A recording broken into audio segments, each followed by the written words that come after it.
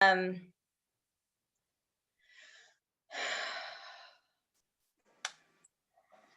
Maine Historic Preservation gives George some links. George emails about stuff that isn't relevant. If you open the attachment, it shows the property. Yeah. The two properties, yeah. And I've measured them and they're both within 1,500 feet. So basically they say, so they're eligible for listing. Mr. Lafarge, National Register listed properties in Durham include 5 that are not this one. Properties eligible, 1355 Royalsboro Road. It is coded not determined, but was considered eligible at one time based on exterior appearance only. We need more information to make a final determination. Until we can determine it not eligible, we would typically treat it as eligible during a review. And then 1394 Royalsboro Road it is coded not determined, but was considered eligible at one time based on exterior appearance only. We need more information to make a final determination. Until we can determine it not eligible, we would typically treat it as eligible during a review. Yes. So, and that's, so Adrian, go ahead and what did you want to say about that? I just wanted to reiterate that, like you saw today, most of these lots are in the woods and not visible from Royalsboro Road. It's only lot 1 that is visible from Royalsboro Road, and that does have the 50-foot buffer of vegetation along Royalsboro Road between where the house would be and the road. So we don't believe that any of these houses are going to be visible from the road, and if any, it would just be the one on lot 1, based on the vegetation and how the road curves away into the woods.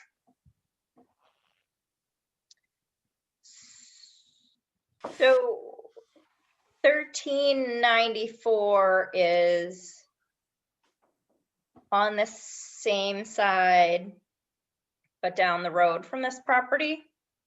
Am I right? Yes. Right. That's the red house right there. Really? That's not Yes. what Google says, but okay. And then 1355. That's down the hill near the pond and the cemetery. Okay. Oh, okay, that big farmhouse. Yes. Can I make a suggestion? Sure. So there's no real way to know what the house is going to look like after it's built. So maybe a condition of the subdivision should be, if there is visual impact from the road, then they should apply a buffer. Because there's no way to know whether any buffer that you propose right now is going to work until after the house is built. And Well, that's all. so I want to look at the language of the ordinance, because I want to make sure we're really clear on what's required and what's not. So we're talking about section 15.4. This talks Right. about granite post markers older than 100. So that first part does not apply here. But then the second part says the design and remodel of any remodeled existing structure or of any new structure to be constructed in any district or any new use in any district, which is to be located within 1,500 feet of all lot lines of, or which are visible from any portion of a public way adjacent to. And then we get, I think the relevant one, which has been identified by the Maine Historic Preservation Commission as a structure site, blah, blah, blah, of historical significance or whose exterior appearance is worthy of protection. Arguably, it meets that. unclear what we have, but, and so that basically it says shall be compatible with such historic properties in terms of mass, scale, design, building material, and height, which would be addressed at the building permits stage, not the subdivision stage. But then it goes on to say appropriate buffer strips of 25 feet shall be maintained at all lot lines of property abutting such historic properties. So Adrian, which of your lots abut the lot 6 that abuts the red house? Yeah, 1 and 6, 1 and 6? technically, One is across the road, the proposed road, right. and then 6 is directly behind it. And 6 has the 40-foot no clear buffer between that property and where they would be allowed to clear and build. Along the entire lot line that it shares? Mhm. Yeah. Okay, so it has the 60-foot, lot 1 does not on that road, right? I think, Ann, did I hear you say 60 foot? I didn't, 25 foot. No, No, We- we've got a 40 foot on lot 6. Oh, so Adrian said 60 foot, it's 40 foot. Is that what you're saying, John? Yeah, I thought Adrian said 40. I believe it's 40, right, Adrian? It is 40. Oh, I might have misquoted her, that's my fault. No, I just Sorry. wanted to make sure we had the minutes right, that's all. No, I appreciate that. Either way, it's bigger than 25. Yes. Got it. And then lot 1, it's across the road, but there's currently no buffer along the proposed road, Wingate Farms. But there is a 50-foot buffer along Royalsboro Road. So from Royalsboro Road, anyone who's driving wouldn't see the lot 1 development, which I understood was one of the, It's a 20-foot buffer. It's a 25-foot buffer. Shall be maintained at all lot lines of property abutting such historic properties. I don't even know if that lot abuts it, given that you're over a road. So, I guess this is something that we'll address when we get to that criteria. But this is not ideal, having this kind of documentation. And I know you went through the town, and I will address that. All right, planning board, any other questions before we jump in? I'll stop sharing my screen.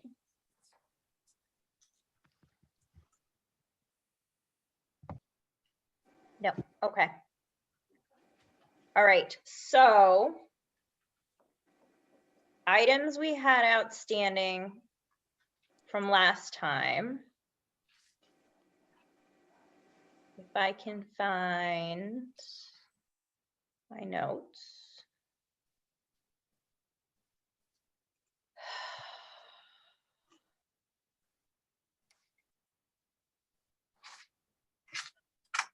So we had asked for traffic entrances, site distances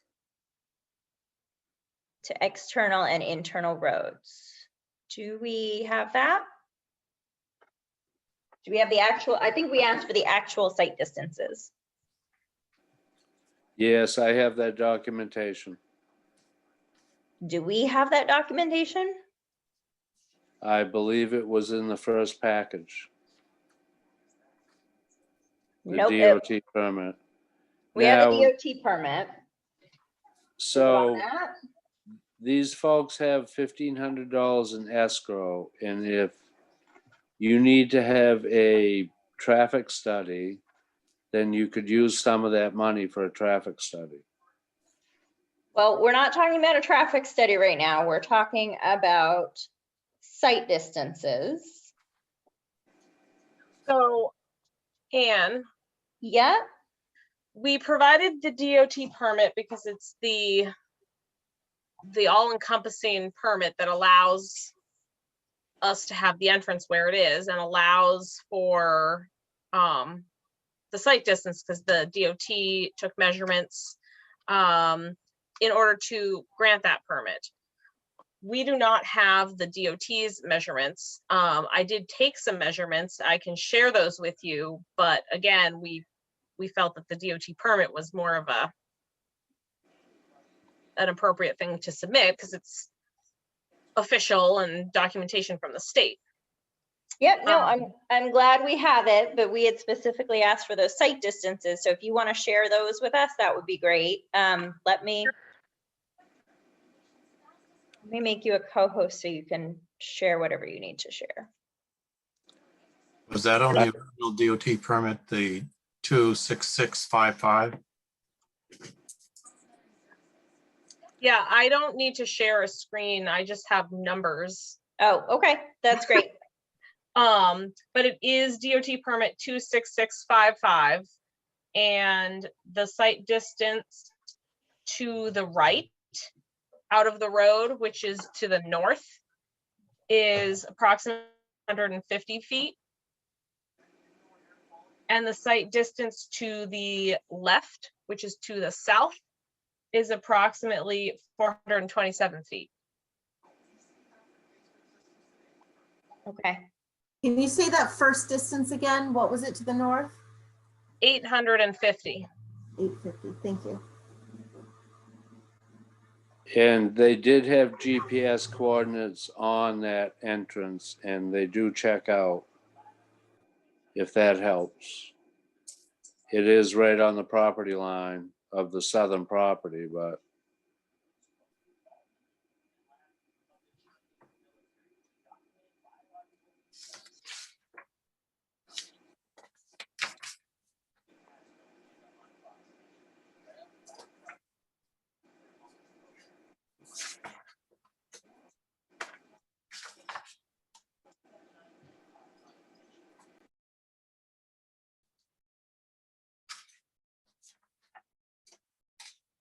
So the other thing is we had proposed deed restrictions, which I think you gave us.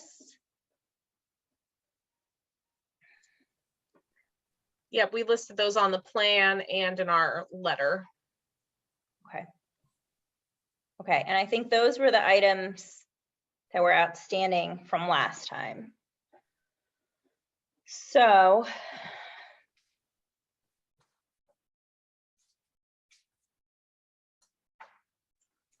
all right. So I think the next step is for us to go into our review criteria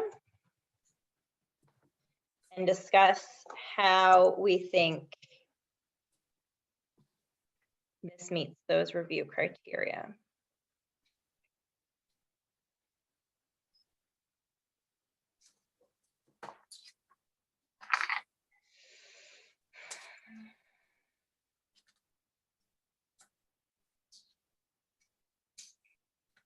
All right.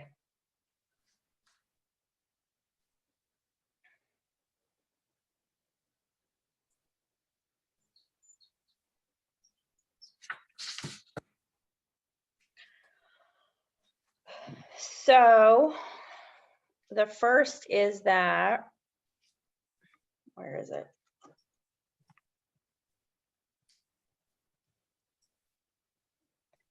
At 6.15 pollution standards. In determining the proposed subdivision will not result in undue water or air pollution. We are supposed to consider elevation of the land in relation to floodplains, nature of soils and subsoils for wastewater disposal, slope of the land and effect on effluents, and state and local health rules. So planning board, I just want to get your thoughts on, so again, right now we're reviewing at a preliminary stage. If we think everything looks okay now, we'll do a completeness review for final stage and then a final review, which will largely build off of our preliminary review. So what do we think about this standard?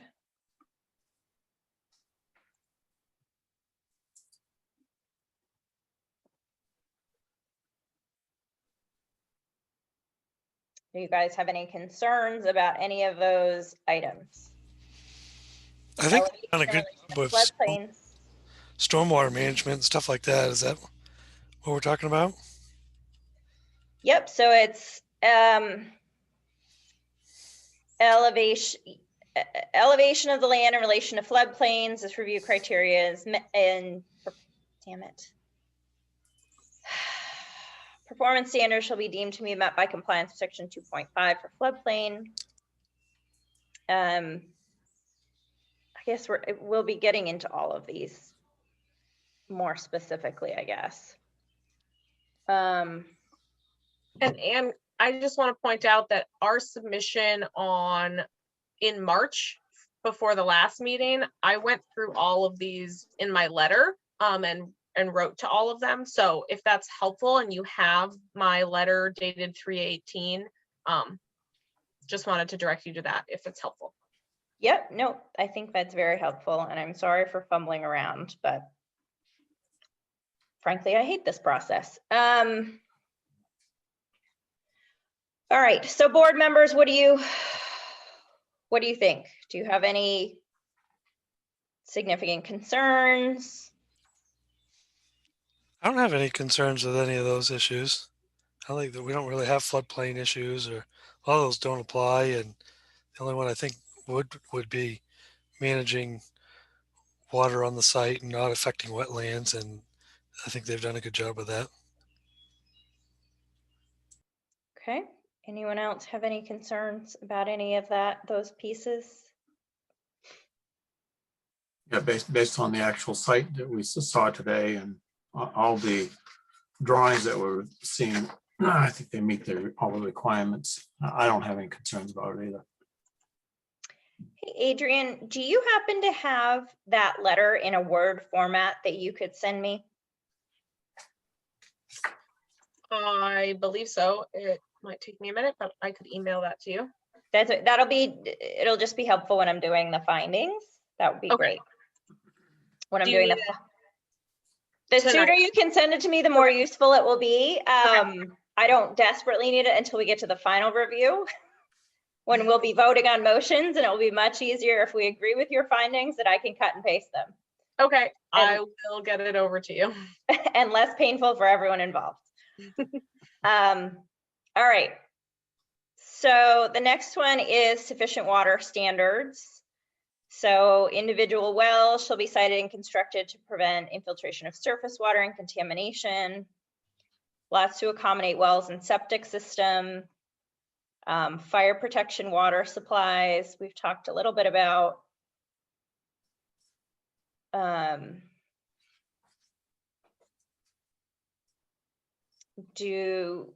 Planning board, do you have enough information on this? Do you have any concerns about this standard? Do you think preliminarily the application meets these standards? What do you think?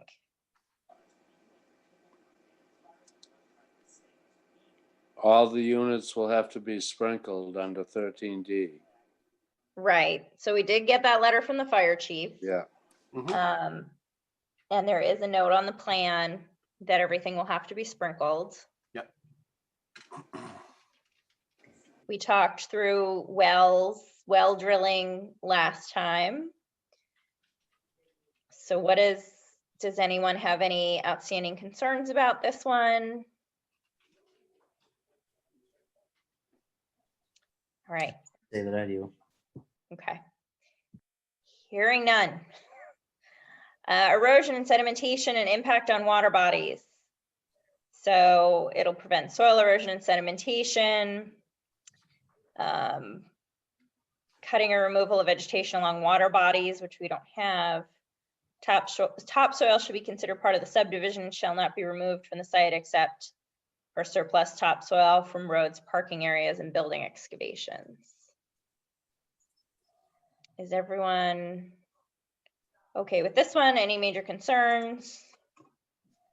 No? During construction, but it seems like they had silt fencing. That wetland it's not 10 acres, but it's 8.5. It's a pretty good sized wetland at the bottom of the hill. So just, you know, really, I think mostly during the construction process, just, you know, putting up silt fencing and making sure that nothing unwanted is getting downhill into the moderately significant wetland. That'll be part of the permits. Okay. You mean for the individual buildings, Bob, or for the road? Yeah. Well, both.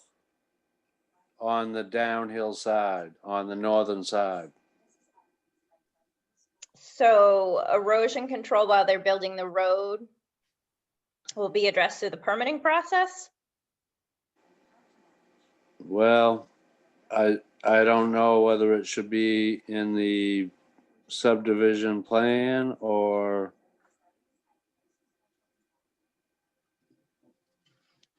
We have erosion control measures are all shown on our plans. We have silt fence, construction entrance, and those are on sheet C 3.0. And then we also have C 4.0, erosion control notes and details, goes through all of the standard erosion and sedimentation control plan, meeting DEP requirements, and has details for silt fence, erosion control mixed berm, typical erosion controls for house construction just to help in the future. So that's all in our plan set. and they have done a very good job of that on previous subdivisions, so. Wes, does that address your concerns? Does. Okay. Thank you. All right. The next one that I expect will not be quite so easy. Traffic conditions and street standards. So I want to break this down and talk about one section at a time. So the proposed subdivision shall meet the following general transportation performance standards. 1, the subdivision roads and pedestrian system shall provide safe and convenient circulation for vehicles, bicyclists, and pedestrians on interior subdivision streets and access connections to external streets. So what do we think about this one? So this seems to be talking about the internal circulation on the road and then the access connections to 136. Do we have any concerns about that piece?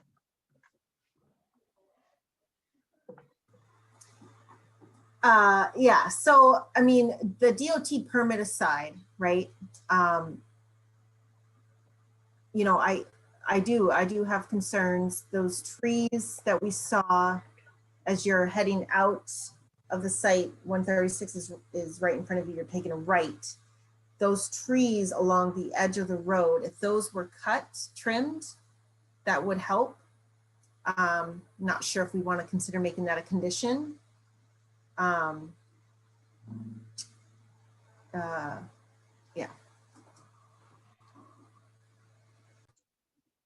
Adrian or John or Bob, whoever. Mhm. Do you know if you have the authority to cut those limbs in the right of way? I don't know that we do. I'm thinking about the house I own here and yeah, I don't know that we have the right to cut on that property. And that, you know, kind of that no man's land, if you will, between the road and the. I don't disagree with the comment either. I think we talked about it on site. If they were trimmed up, A, there's power lines running through them, and B, it would obviously help with the view in line of sight, but I don't know that that's our call. I'd support it, but I just don't know if we can do it. And Bob, I don't know what your thoughts are there. I think that's either a state, especially with the power lines there, because then I don't know that they'd allow us to do that. Because if we drop a branch on a power line and take out the, you know, I just don't want that responsibility. Well, I know we have required that for a lot split for a driveway entrance permit before. And you'd only have to go up 13 or 14 feet. It's not like you got to go way up to the power line as far as height. And that was one of the conditions for a lot split that happened recently. So, you know, that has something to do with the entrance, and I don't see why that could be addressed in either the maintenance agreement or with the town. That's up in the air. So, Hmm. And again, just to be clear, this is by where the current entrance is, right? Those trees that are overhanging the road, is that what you're talking about? Not where the new entrance will be? Yeah, it's just a little ways down to the right. You know, we all saw it, you know, where you have to duck if you're on a bike. Yep. Yeah. Yeah, so almost where we all pulled in today. Yeah. Right, right. Yeah, I don't know, Bob, that to your comment, I don't know that that's a condition of the site entrance based on the line of sight, but it certainly makes it easier. And again, I think to the general public, walking a dog, kids riding a bike to the park, whatever, those tree branches are hanging very low in the road, especially in the, what do you call the white line to the side, like the median or the bike path area is what I think we all observed today. and then what I'm thinking about was actually a DOT recommendation that they keep the branches trimmed on a corner. And was it a DOT right of way It was for town? Newell Brook Road. You know, it was when they gave the entrance permit, they said on the permit that they need to trim need to keep those branches trimmed right at the corner.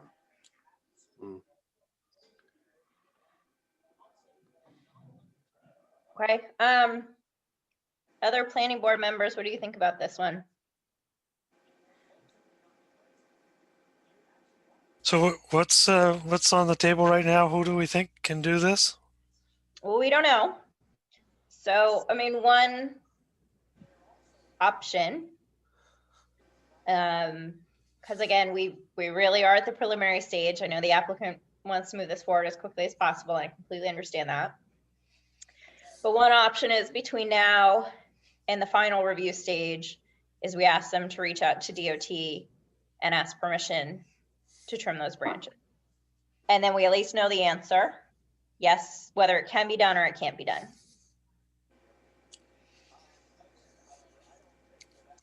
Does that, Juliet, does that address at least your questions for now? Yeah, you said reach out to DOT, the applicant reach out to DOT and talk to them about it. Yeah, or I assume DOT is the right person because I think that's a state road. That certainly is a state road. I don't think I know that. Yeah. But it's probably CMP's power lines. So. Yep, that would be, I would be, you know, and I'm just one person here, right, guys? What does anyone else think about this? I agree that the sight lines, if that was trimmed, sight lines that way wouldn't be that bad, but that really blocked the sight lines in that direction. Yeah, I'm on board with this too. It sounds like a reasonable idea.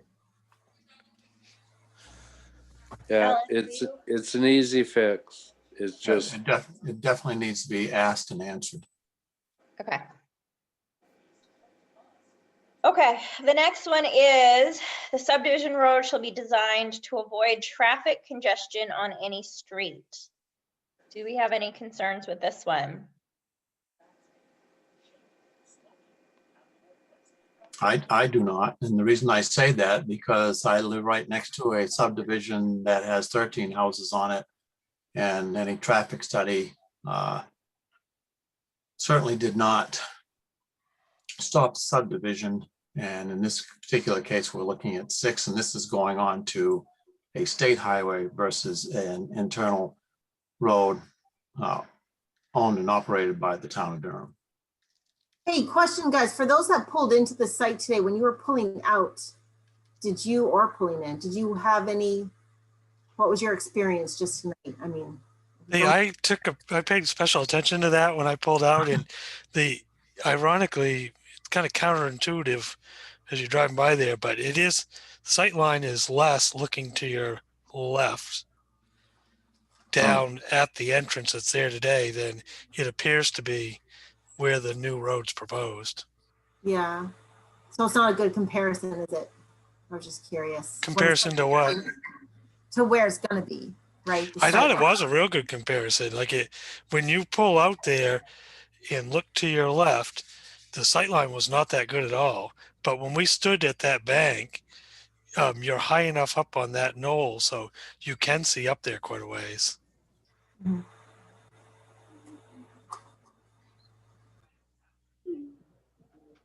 So as far as traffic congestion, I think the entrance is winged out, so you're not likely to have cars backing up or anything like that. So I didn't see any concerns with this particular standard for the entrance. But does anybody else have any concerns about this piece? All right, I'm going to move on. The subdivision road shall be designed for the estimated average annual daily traffic of the street and land use is accommodated by the street and the lot density of the street.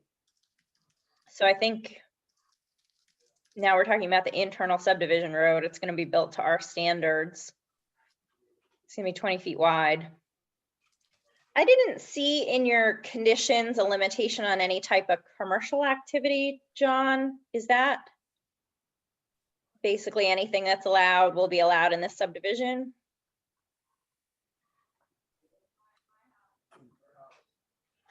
Trying to remember that document again.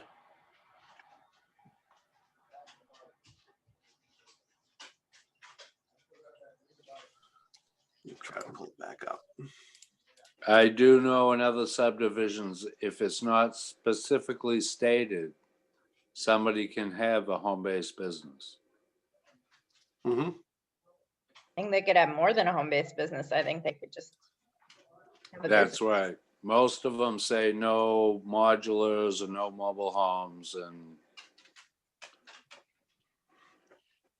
So, When you say that, Bob, though, we're gonna be selling the 6 lots in the house package that goes with it, so they would have to subdivide their lot with the town to put a modular. Is that what you're saying? no. All I'm saying is when you put restrictions or covenants on, I never Mhm. see anything about no commercial businesses. Maybe you can have a home-based business in your office, but I have had to allow people to, per se, have a car dealing place, a car detailing in the subdivision because they said it was in the garage. So that kind of, and they got approval from the neighbors too, but I'm just saying that covenants are great because that's what the code people have to go by when somebody wants to add something to their house. so I guess my only question, and I don't know enough about roads, so I'm looking at you, Ron. It says they have to be designed for the estimated average annual traffic of the street. The land use is accommodated by the street, which could be commercial. So you could have, with a conditional use, a very high intensity commercial use there. And the lot density of the street. I think it definitely meets it if it's residential. I just don't know enough about whether we think that road would be big enough if somebody put in a commercial use. I mean, those are big lots that could accommodate a pretty big commercial use. Adrian, could you speak to that? Like the kind of DOT standard the road's designed to and that kind of thing? Sure, yeah, I was just looking up the street standards, which we meet the street standards for a subdivision road in the town, whether it is to be I guess it's for a private road, subdivision road, 20 feet wide, and we have the section of the road, the gravels and the pavement all meets pretty standard public or private subdivision roads. And that is based on DOT specs. All of the materials are DOT specs. I'm just getting to the, And it's the width, I mean, it's a standard width and it's not like narrower than any of the public roads in Durham. right, so 20-foot paved with 2-foot gravel shoulders on each side, which meets the ordinance. And is pretty typical. Yeah. It's a pretty good width of a road, actually. I bet you have private roads that are a lot narrower that are older in town. 1.5 inch thick pavement. Well, I guess it's 3.5 inches of pavement. And that's very typical for roads and parking lots. And then you've got a total of 18 inches of gravel below that. 2 different types of gravel, which is the standard spec layered on top of each other. So looking at your ordinance, which is what we're meeting, I see a very standard DOT spec road. And it's no different when your standards for private or public have the same gravel depth and pavement depth. So I think it could accommodate any types of vehicles in terms of, traffic, if you're talking potential commercial. Yeah, I agree with that as far as like weight goes and then the volume of traffic, the kind of the width would concern me if it was like really narrow or something, which is not the case. Yeah. Okay. Yep. So then the next one is the maximum extent practicable. The subdivision road should be designed to conform to the natural topography of the proposed subdivision site to avoid large and dramatic changes in contours to the land. I think they showed us on site that this road is largely going to conform to what's there. They will be changing the slope the first 100 feet in, but it looks like it's going to be a gradual slope. So I don't think we have a dramatic change in contours to the land, but does anyone else have concerns about this one?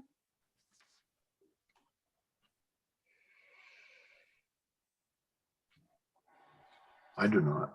Okay. So the next one is general access standards. Accesses connecting to any state or state aid highway, which we have, shall meet the minimum access permitting requirements of the DOT. We have the permit. Accesses that are expected to carry more than 100 passenger vehicle equivalent trips, which this one is, right? Oh, in the peak hour. This one is, in the peak hour. Oh, we definitely don't do that. This is, I think it's 57 Okay. in a day. Okay. So that one doesn't apply. The street giving access to the subdivision and neighboring streets and intersections shall be suitably improved to accommodate traffic and avoid unreasonable congestion. I mean, that's the biggest road in town. I don't have a concern with that. Are you guys all okay with that? Yes. All right. General internal subdivision street standards. It's designed to coordinate with existing proposed and planned streets. I think that internal street seems fine to me. You guys speak up if you have any concerns. I'm running through what I think are the least controversial ones pretty quickly, but please jump in. Street name signs and lighting, streets which join in or in alignment have to have the same name. That's not applicable. New streets, we confirmed with Bob this time around that we don't have that issue. No street name should be the common name of a given person. And you're going to install traffic safety and control signs. So you're going to install what? A stop sign at the end of that road, a street sign. Will there be any other signs? Will there be like a subdivision name sign or anything like that out there? I don't think we were planning on it, just the street sign and a stop sign. As, Okay. And those are shown on the plan. During street construction, the entire right of way shall not be cleared unless necessary for utilities. So that's really your construction standards. Mhm. So I think we're good with that one. All right. Unless I hear anything else, we're moving on to sewage disposal. So sewage disposal is compliance with main subsurface wastewater. They've shown the separation between wells and septic systems, and any new septic system will have to meet subsurface wastewater rules. Any concerns with that one? Nope. Okay. Solid waste standards. If the additional solid waste from the proposed subdivision causes the municipality to exceed its contract, blah, blah, blah, the applicant should make alternative arrangements.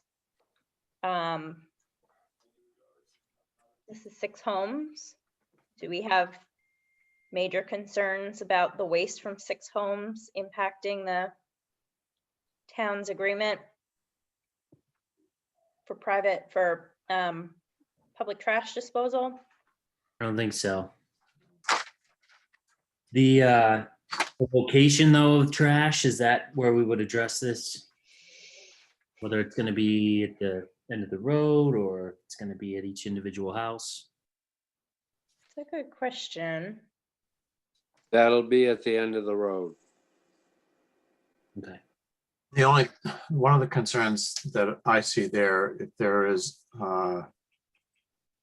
drainage coming into Royalsboro Road, and depending on where people accumulate, 6 houses accumulate their trash, based on experiences, because I'm right across from one right now, that depending on windy days, that can actually go into those drainage ditches. So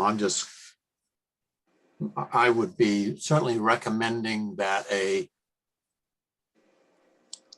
neatly created area that would contain that trash pickup should be established. Well, I think it also begs the question, if folks are gonna have to put it in the road, that's gonna be taking up area of the road. So, That determination, is that based on our contract with the waste removal company? Like they won't go down private roads or won't go down roads with less houses than 10 or something? They Bob, do won't you go know? down, they won't go down a private road. They'll go down a town-owned road. But they won't- Okay. Yeah,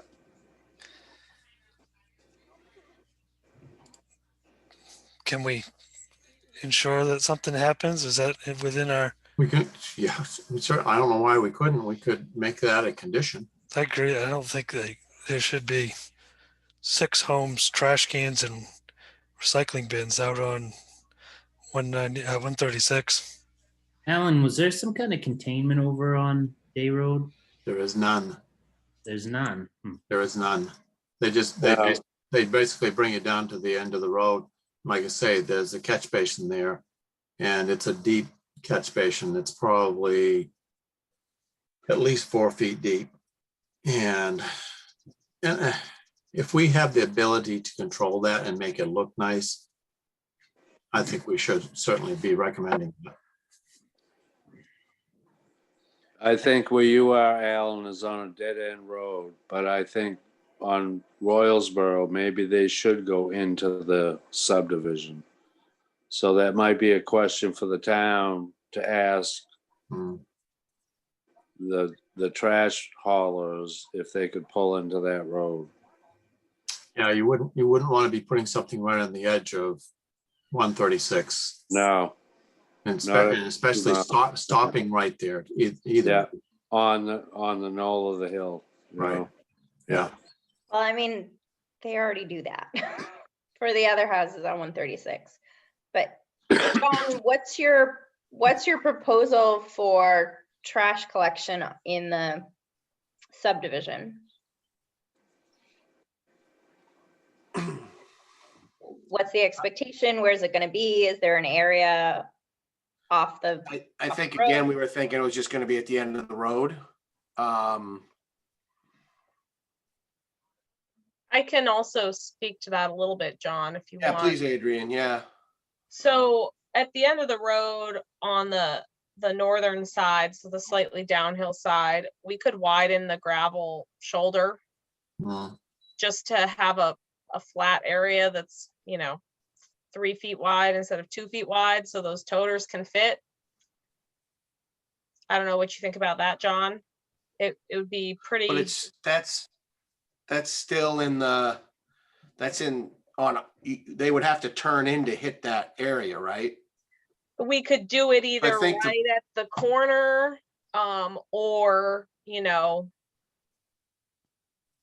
20 feet, 30 feet, 40 feet in, depending on if the truck's gonna turn in or if the truck's just gonna stop right on Royalsboro. Either could work. Yeah, I mean, I guess I'm open to that either way. I guess I think Bob's got the right approach, which is find out if the town contract, if they'll turn into the road or not. If they turn into the road, we could put it pretty much anywhere on the road. If they Yeah. won't turn in the road and we have to put it on Royalsboro somewhere, then we really got to talk about, to your point, Adrian, widening that gravel shoulder or doing something down there for it. I For the don't, trash truck to pull into, so he's not in the road. exactly. Yeah, Right. I mean, if they're willing to pull into the road, I think what Adrian said, we could put a spot. I don't know if you call it necessarily a little bump out where we could have the, gravel extended or whatever, a little yeah, bit yeah. wider than that 2-foot buffer that we're already putting in there. Then the question is, so if they pull into the road, they're probably gonna go all the way down to the end to turn around at the hammerhead. So Why if wouldn't they that's just stop in every house? right, exactly. If that's the case, can they just stop at every house so that we don't have to put a collection in one Right. location that could cause, some of these issues Alan was bringing up, or an eyesore? I I don't think think that's we're what gonna Leanne be able to brought get that up them too. to, Yeah. I don't think we're gonna be able to get them to go down Yeah. that road or even into the road. They're just gonna Maybe, stop on 136 and that's that. So if there's maybe, anything we could do to widen the shoulder right there on 136, something like yeah, that. I agree. Yeah, maybe a little pull off right there where you put your trash cans so the trash truck is not in the middle of the road. Yeah, I got behind the trash truck today on my way back from Freeport High School, and it was painful. We had to stay behind it because there's Yeah. no sight lines around it. But then they got up to, I think, like the Durham Leisure Center, and they pulled right out of the road, and it was beautiful. Because they had the ability to. Yeah. Yeah. And then we were able to go right by. So then what, I think then, if we're saying widen the shoulder, would you want it on the north or the south side? North, right? It'd have to be on the north. I think so Yeah, too. 'Cause the you're north further- side, you're yeah. past the driveway. Yeah. Yeah, The cars exactly. coming down the hill have a better Yep. sight to the trash truck if it stopped there. I agree. But I wanted obviously you to tell us where to do that so Adrian can adjust the plans. But I'd say, yeah, we widen the shoulder and put a pad down, widen it for the collection area. Which shoulder? Royalsboro Road or our new road right at the corner? Royalsboro. Royalsboro. Okay, so that's a DOT road. Yeah, you may have So, to get permission to do that, but I think it would be a safer thing. yeah, So why don't we leave this, that the applicant is gonna touch base with the town regarding what the waste hauler will do. And if the waste hauler is not willing to stop at each individual house, they're gonna propose a solution. Yeah, Will allow for trash collection in one consolidated area that will keep it off of the new road and give the trash truck a place to pull off of 136. Does that sound just like a good suggestion? It does. Do we All right. want to see some kind of containment area too? Just for wind and the fact that that lot or that entrance would really maybe only be barely visible from lot one. So I just, I don't know who's gonna clean up if there's a windstorm or crows rip it all apart. I don't know. Might make sense. Well, unfortunately, we have that all around town. Yeah, I So mean, we have to be careful about the constraints that we put on a subdivision, and then we find out that individual homeowners are creating the same problem.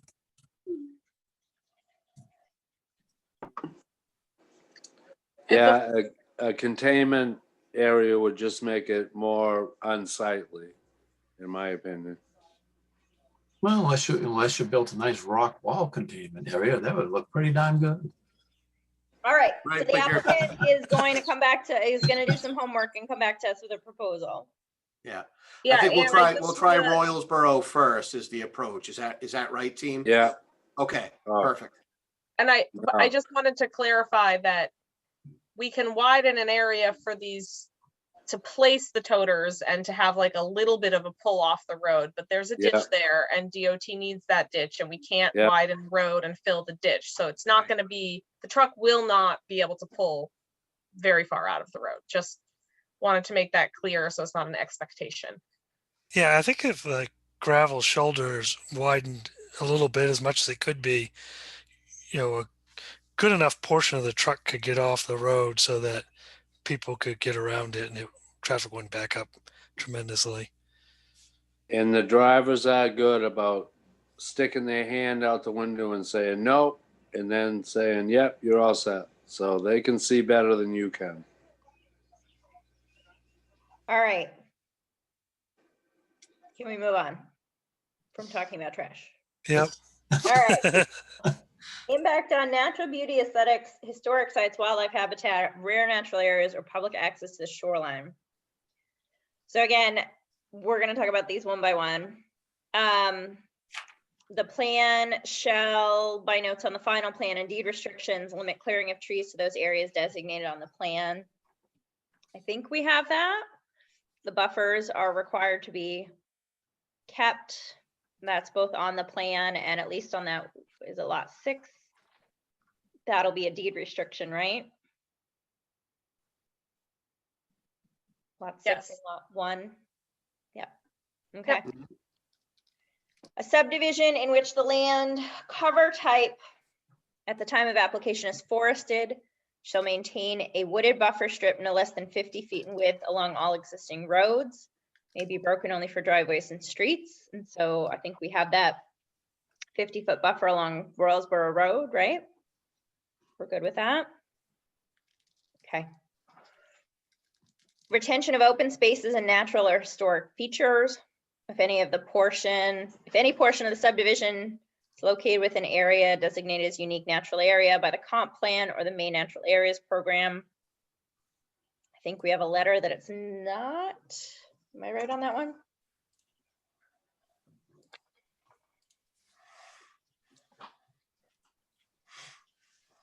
Adrian, am I right that we have a letter saying it's not part of the Yeah, we do. natural areas program? Okay. Yes. So we're all set with that.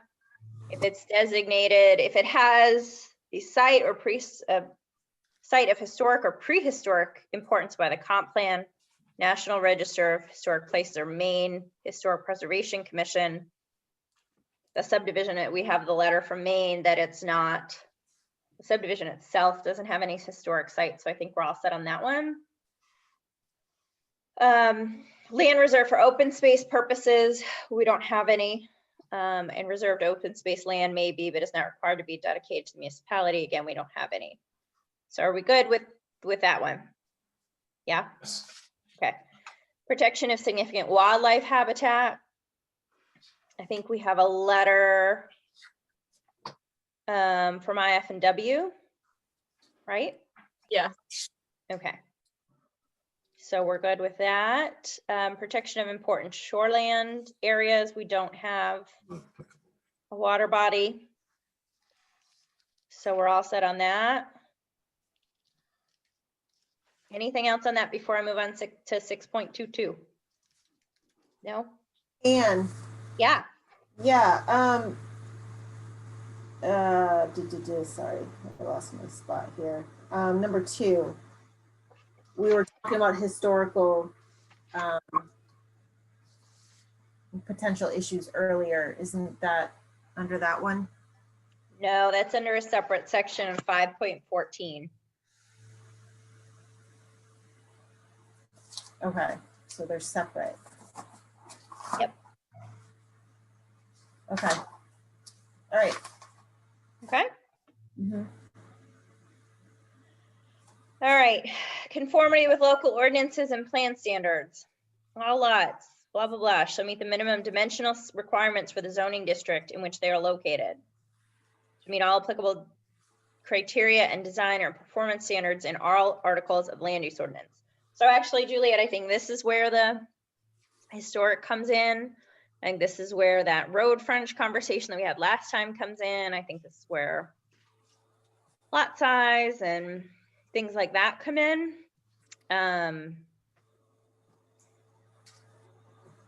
So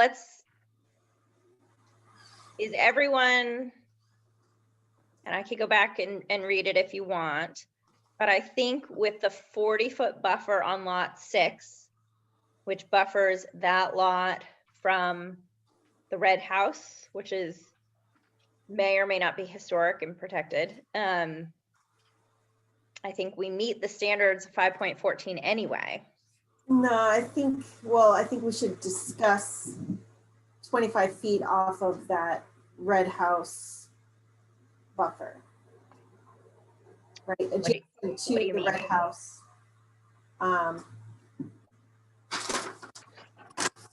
The rock wall where the road is going, the proposed road is going. There's no buffer between that red house and the site, right? There's a From the buffer road. behind that. Right, but the language is the design of any remodeled existing structure or of any new structure to be constructed in any district, blah, blah, blah. So I think it applies to structures, not roads. Unless you're reading that section differently than I am. Yeah, isn't there the 25-foot buffer? Yep, it applies to structures. Not to road. And is this where we've got the 40-foot buffer, right, Adrian, on the back side of that property? So really it's from the roadside, which there'd be no structure there anyway. That's at least 24 feet gravel to road to gravel. So they would have to technically build on lot 1, almost right on the gravel line, which they can't because there's a buffer there as well for the drainage, right? Yeah, there's a 50-foot right of way, and then there's Yeah. some additional grading for drainage. So they're going to be at least 55 feet. Well, and plus there's a front setback Right. that's 50 feet. So 50 they're going to, feet on top of that. Yeah. so the house could be on lot 1 could be 100 feet from that lot line minimum. Right. And that would mean them building right on the front setback. That's what I was line. getting at, which is well over the 25 feet. Yeah. So I guess what I'm saying is the 5.14 talks about protecting historical structures, right? And so that red house is potentially considered historical, right? And it's saying 25 feet buffer around such resources. So we have 40 feet behind the house. We don't have anything where the road is proposed. And I guess the way I'm reading that ordinance is the start of that sentence. And I agree it's confusing, and I think somebody missed some spaces and some, formatting in here because it doesn't make a whole hell of a lot of sense, frankly.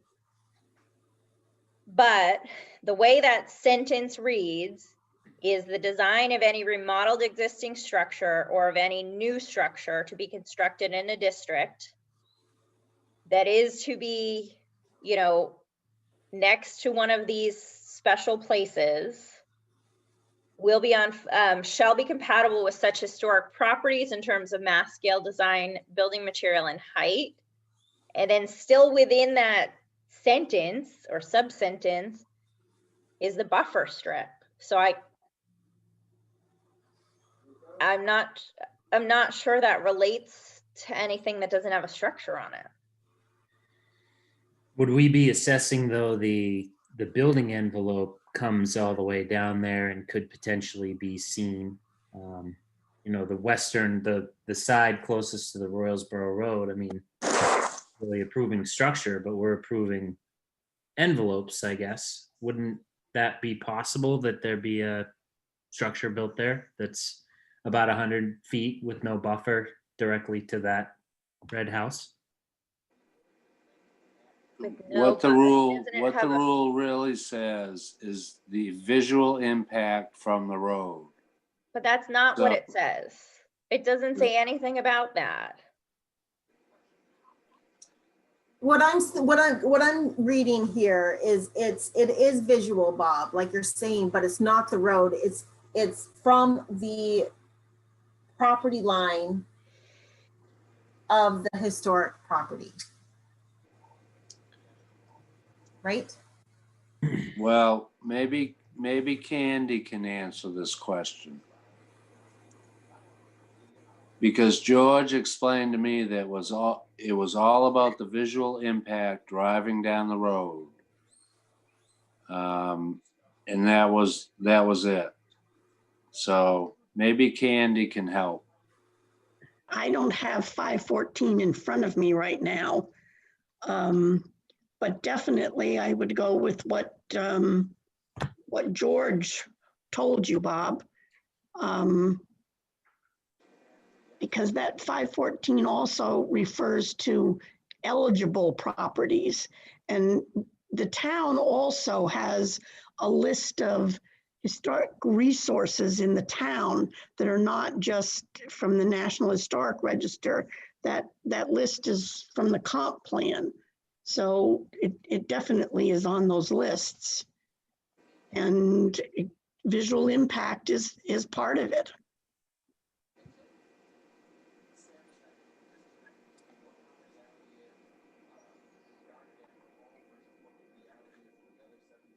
I honestly, this is the last thing I'll say about this, and I honestly think the last sentence in 5.14 is the easiest to understand. Appropriate buffer strips of 25 feet shall be maintained at all lot lines of property abutting such historic properties.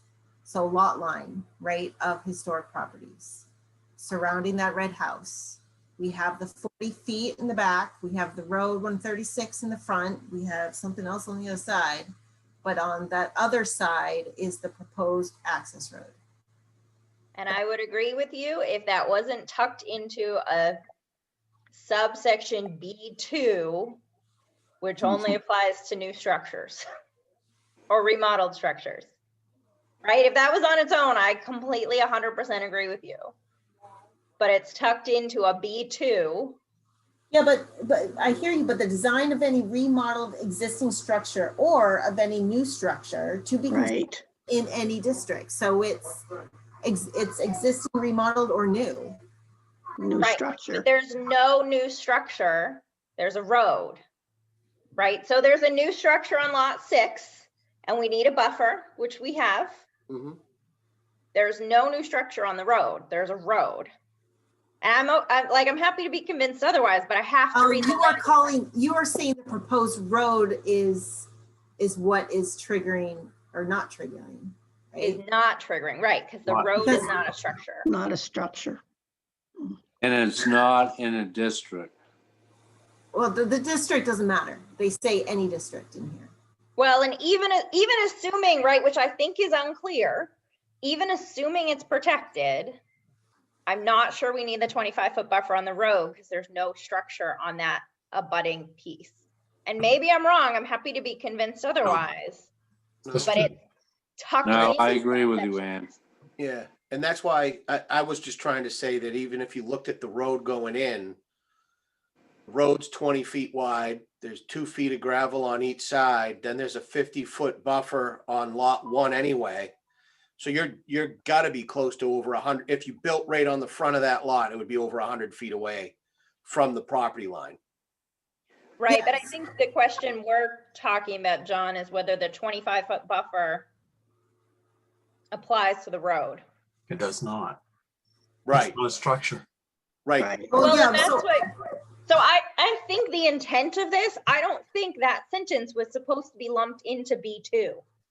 I suspect the intent of that sentence was to be its own provision, Mhm. but nobody wrote it that way or formatted it that way. So the way I read it is it has to be a structure that's triggering that buffer. It's a new structure that's triggering that buffer, not a road. So It's a proposed, yeah, okay, all right. I disagree, but I'm all right. Okay. I wonder if we can get more, like, I wonder where we got this information for this ordinance. Did we get it from MNAP or sorry, MHPC? I have no idea. Doesn't matter. Okay. So, Alan, what do you think about a 25-foot buffer to the road? Is it required? Is it not required? To the road, Yep. yes, not a structure, yes. Yes, it is not required, or yes, it is required. Say it is required, So we need a 25-foot buffer to the road. correct. Wes, where are you?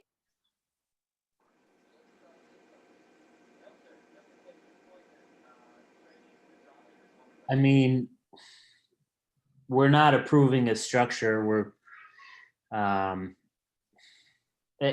agree that, where that appropriate buffer strips of 25 feet shall be maintained at all lot lines of property abutting such historic properties. I know that's, I get the section B2 argument, but,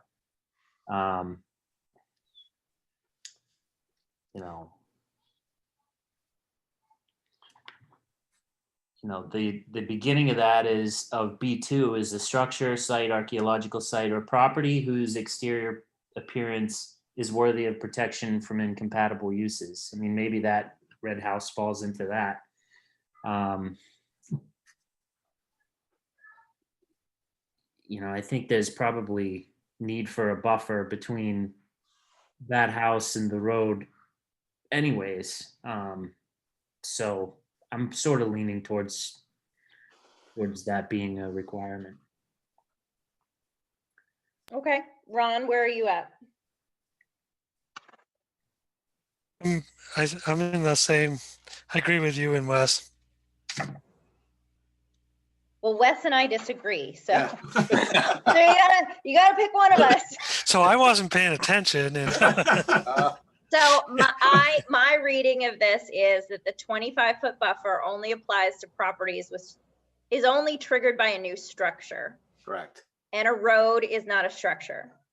Right. Wes and Juliet and Alan's take is that it applies to all lot lines regardless of structure, and therefore requires a 25-foot buffer to the road. And oh yeah. Yeah, I would think it would be to another structure. you guys may not agree it's a structure, but the red property, would you agree that's a property whose exterior appearance is worthy of protection? I mean, Yeah. is that sort of what we're trying to, I think we're Yeah. assuming that it's protected, right? So these provisions aren't even triggered unless it's protected. So you I have think to this look is at. frankly still a question, honestly. I hate to say this, but you need to look at the definition for a structure where it says anything on or in the ground. And we've all been through this before with structures. Yeah, Would it help if the that buffer that's against 136, would it help, or, and I assume it wouldn't be harmful if that was increased, so it was kind of more even with the backside of that house, and that way, like when I was there today, in the way where the road would be and where their house is, I think they'll just continue to look at vegetated area. And I didn't have the feeling I had just looking at the plans on like how close the road would be to the house. I thought it didn't seem like a bad situation when I was there. And the only thing I think, well, one thing I think could be kind of detrimental if that was my place would be if someone, that first lot, that house was like right across from them. It seems like that lot's plenty big enough so that, Which it could be. yeah, it could be the way the Oh. buffer is right now, but I think there's plenty of buildable area on that lot to increase that buffer and not be a detriment to that first lot.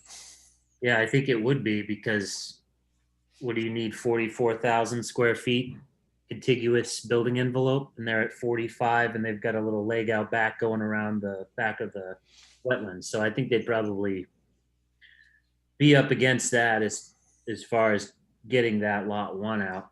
I see, yeah. To improve that buffer at all, you would likely, looks like they're using all the space they've got, but Yeah, you kind of be banging up against that. So, The, okay, I don't think we're talking about lot 1. We're either talking about the road or we're talking about lot 6, because lot 1 doesn't abut the That's on the other historic side. property, right? That's correct. Right. Right. Okay, so let's focus on one piece at a time. A road is not a structure. I think we can all agree on that one.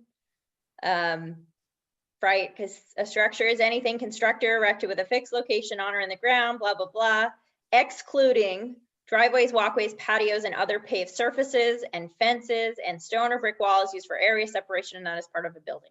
Okay, the road is not a structure. I think we all agree on that. I think where we disagree is whether the 25-foot buffer is only triggered by a structure or whether it's triggered to any property, whether a 25-foot buffer is required around any property line of historic structure. I think that's where we disagree. I think I am outvoted or would be outvoted if we were voting on this. And so I think this is something that the property owner, the developer, needs to either get an opinion that this is not protected under our ordinance, or figure out how to put in a 25-foot buffer, which they can't do because they can't move the road. But that's their problem to solve. So is everyone okay with that approach? So I still don't understand why are we talking about the road if the road's not a structure? Because Julia and Wes and Alan think that that provision is not only triggered by a new structure. They read it as being triggered by as being required around any property line with a historic structure,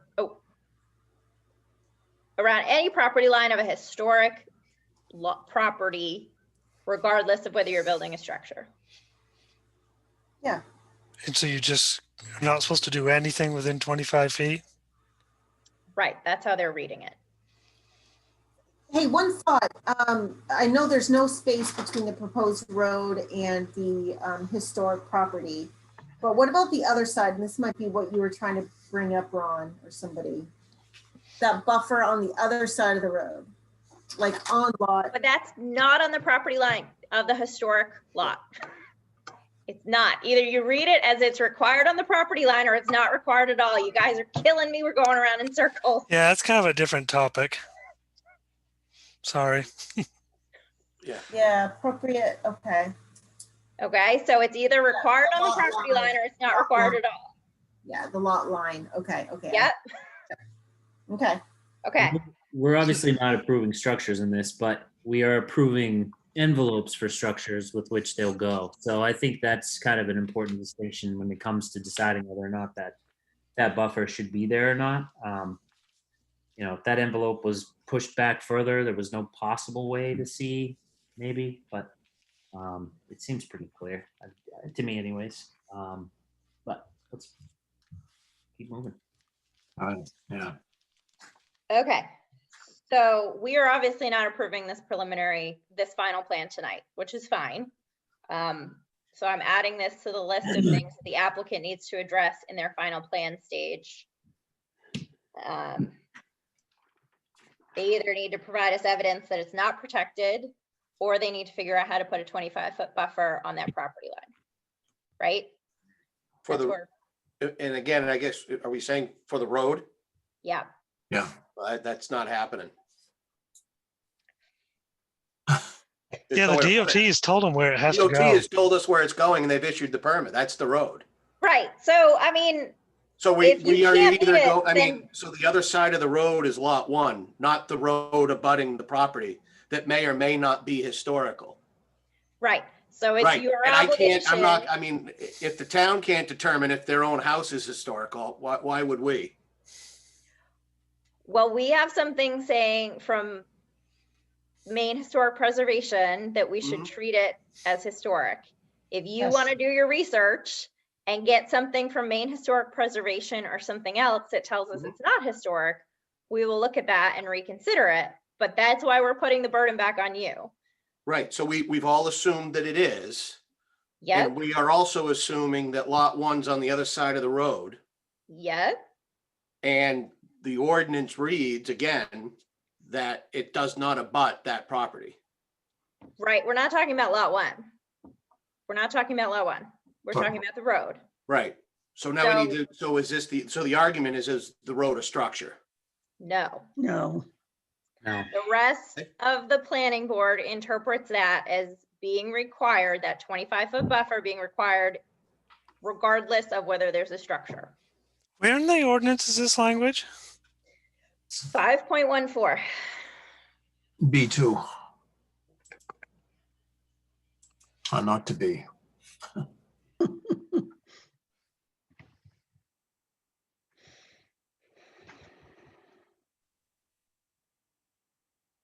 Adrian, how many feet do we have between the property line and the road right now?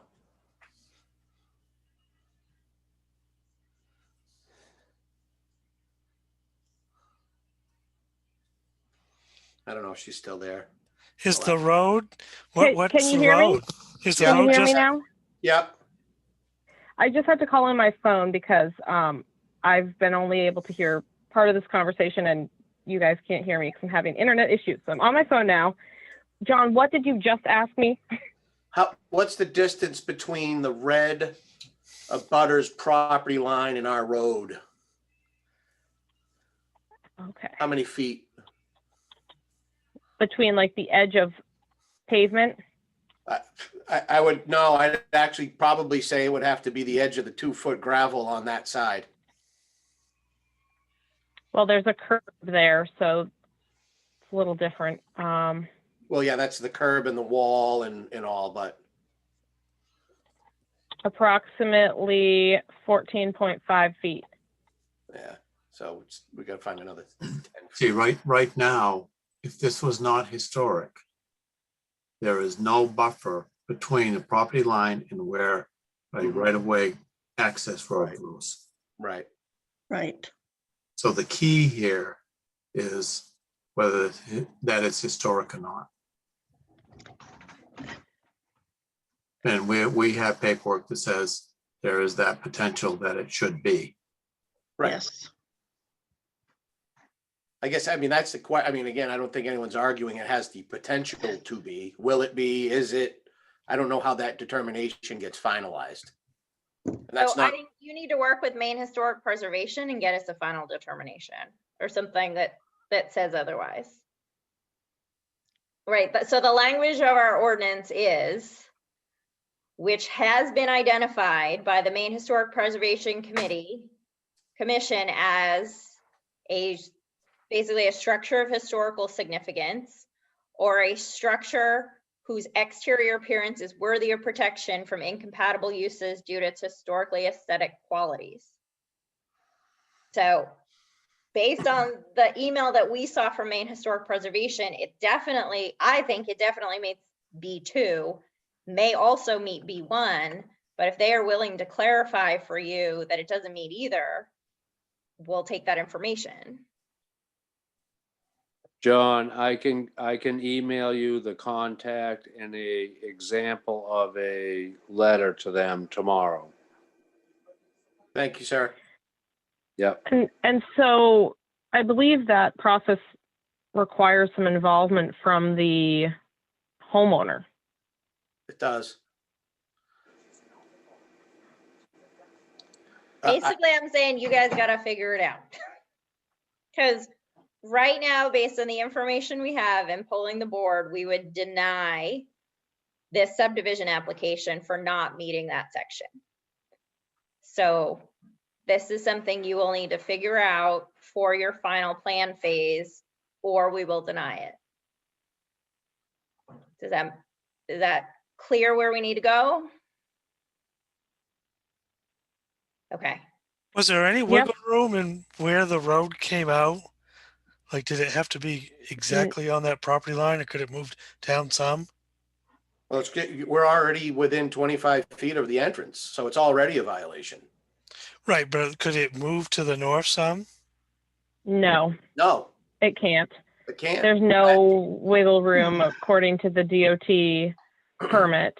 And we're already coming in at an angle to Royalsboro Road, so we can't really angle it anymore and still meet the ordinance. Mhm.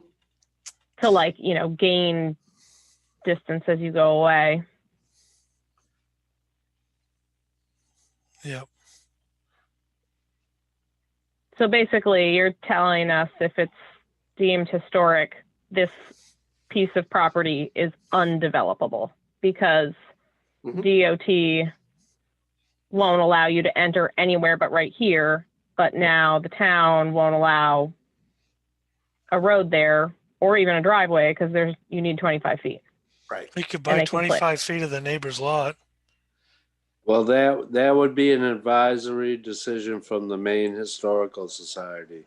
And like I said, I will give John all the information, the contact, and a generic letter on what to ask. So Adrian, I think your analysis of this is correct. That unless you can buy 25 feet from the neighbor, this property may not be developable if that property is indeed historic by Maine Historic Preservation. I will tell you, you can take our denial and appeal it because obviously we're not unanimous in it and I don't know what the ZBA or court would do with it. But yeah, that's where we are. Well, it can also send that letter to the state and see what their reading is. Can I just say something? The way this works is when you're talking about it being historic or not, there are several levels. One is the National Historic Register, and one is the state deeming it historic. The DOT, in all of its work around the state, is the agency that gives properties for Maine Historic Preservation to consider. And when they sent us the list and saying that that it could be eligible for the National Historic Register, they're saying it's a historic building. Okay, so I think everybody is clear that we're putting this back on the applicant as a problem to solve, and either you can or you can't. But that's what we need for the next plan phase. Right? We're all at least clear on it, even if we don't agree and don't like it. So if the applicant approached the landowner of the red home and was able to purchase 11 feet, then it would meet the requirement. Is that correct? I don't know how much room they have. But either Well, way, like, this well, is the yeah. property owner's problem to solve, right? Right. So can we move on? That's an option, Alan. Yeah. Okay. When did the historical piece come up? Can anyone kind of bring that around? Did I see emails back in February about this? I don't know. Sounds about right. Yes, I Yes. think. Why wasn't that forwarded to us any sooner? Candace, I really appreciate your participation, but it really needs to just be the planning board at this point unless we ask for your help. So the main historic preservation has been something that's been required since the beginning, and it's part of our checklist. So it's something Yeah. you should have known about, even if you didn't. We did. So, We did. okay. But I'm just saying, it sounds like this group's had some talk about it and wasn't informing us. This And group it has not came had back any in talk about it February, until And now. I'm looking at May 19th. This So group has not had any conversation about this until right now. No, I there have have been emails. talked with, I saw one dated back to February, I thought. I had spoken with Adrian about this and I told her that it may come up. Yeah, we were alerted to this issue in late April or early May. Right. But yeah, it does look like the emails Go back to February. from Maine Historic and the planner go back to February, which we did not know anything about until Right. the last 2 weeks. Okay, well, we didn't ask George to do that. I'm not sure why George did that. But either way, I'd like to know. So maybe. yeah, we well, can- you are welcome to go talk to him, but either way, the burden is on you guys to provide the letter for Maine Historic Preservation. George did it for you, which you may or may not like, but you were welcome to go to them directly. I don't know why George did it. The planning board didn't ask him to do it. So, but either way, the burden is on you guys to provide that letter. So George did your work for you. You don't like the way it was done. You can go do it yourself and hopefully you get a different answer. I would disagree with that assessment. Thank you. So He didn't do any work for us. can we move on from this? I think we're all clear on where we are and what needs to happen. Yeah, all right, great.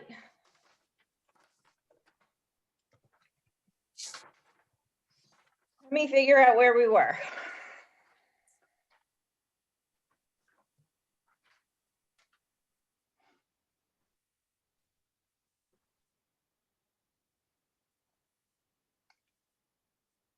I think where we're at, right, is we have an undeveloped lot. I mean, is there anything else? So, I mean, it's your choice. We can finish going through this and maybe you No, can I do your work. just want to make sure that's what we're saying right now. Without 25 feet, it's an undeveloped lot. Well, I think what we're saying is it needs to be investigated further. No, well, what needs to be investigated is the historical and the 25-foot buffer. Correct. Yeah, I mean, if I was in your shoes, I would send the letter to the state. They might Mhm. come back and say, this is, this is not a super important structure. You don't need it here. Or, who knows Right. what could happen. Right. Which we have that option to do, but again, we have that option, but it's your view is it has to have a 25-foot buffer. If the property next door is historic, yes. Well, which you're deeming now that it is. Based on the information we have now, it is. Right. That's We what I'm have saying. not made a So- final determination, so if you have other information, we will consider that at the final plan stage. Yeah. Yep. So again, are we all on the same page and can we move on? Okay.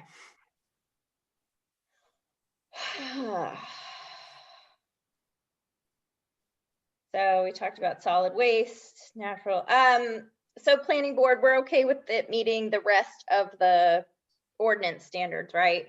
We're good Yes. with the changed road, we're good with the lot size. Bob, were there any other flags that you saw that we need to look at? No, Okay. Financial capacity and technical ability are the next ones that we have. We have,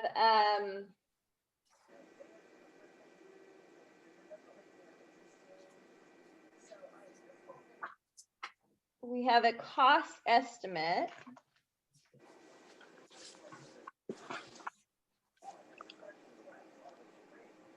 of $164,000. Do we, what do we have on financial capacity on this one?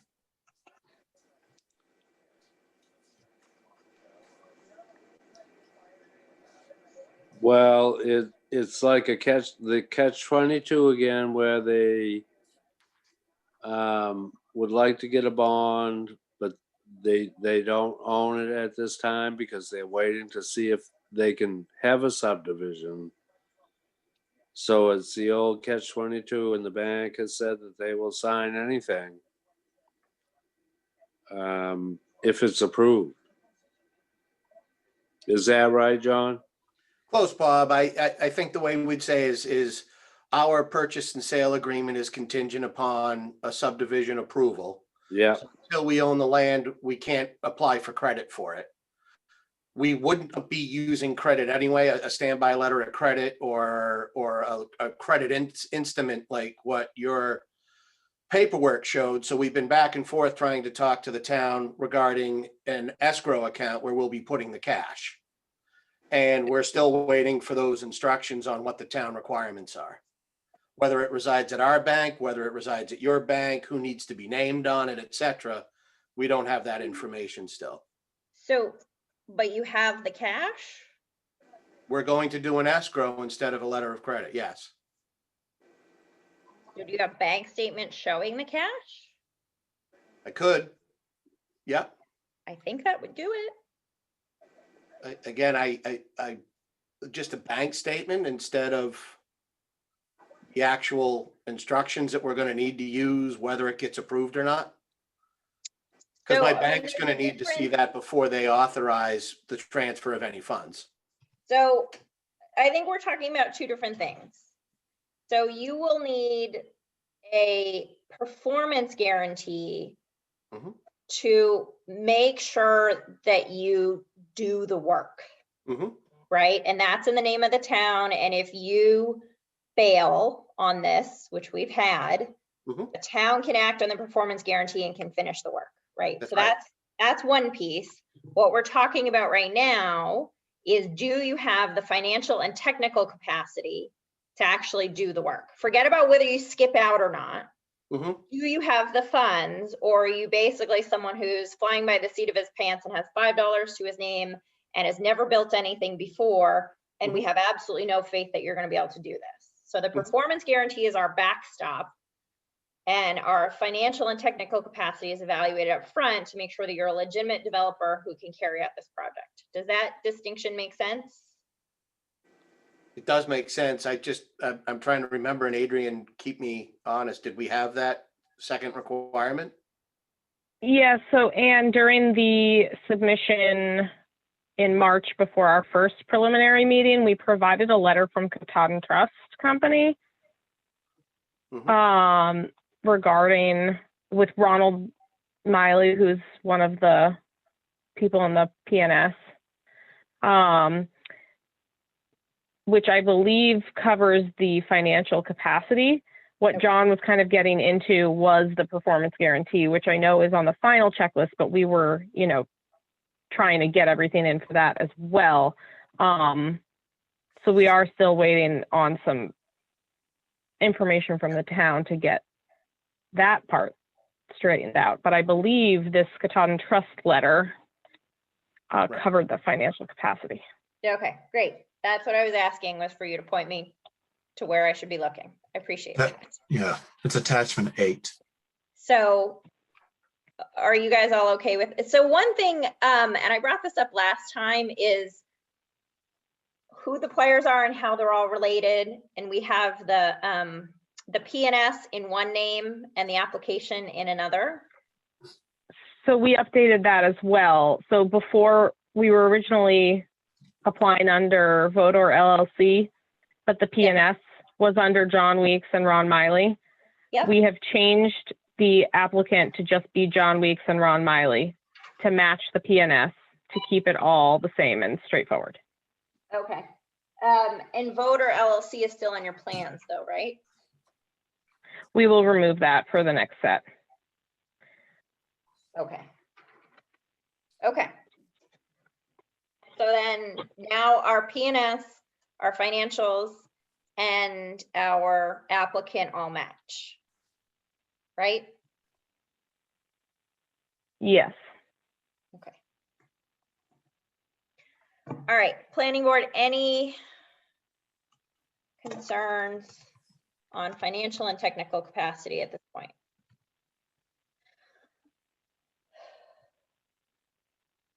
No? All right. Impact on groundwater quality or quantity standards. So this is one of those that you've requested a waiver on, right? Am I remembering that correctly? Yeah, the hydrogeologic assessment, which we discussed last time, and how that wasn't necessary based on the soils and the location of the septic and the wells and the setbacks. So planning And board. we did submit the form. Yep, we don't need to consider that specific waiver now until the final plan stage, but they should at least know whether they're going to get it. Is everyone okay with no hydrogeologic survey given the space that's out there? I am. Okay. All right. So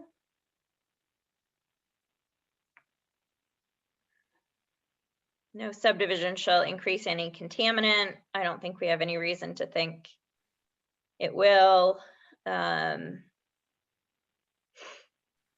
Subsurface wastewater disposal systems and drinking water wells should be constructed as shown on the map.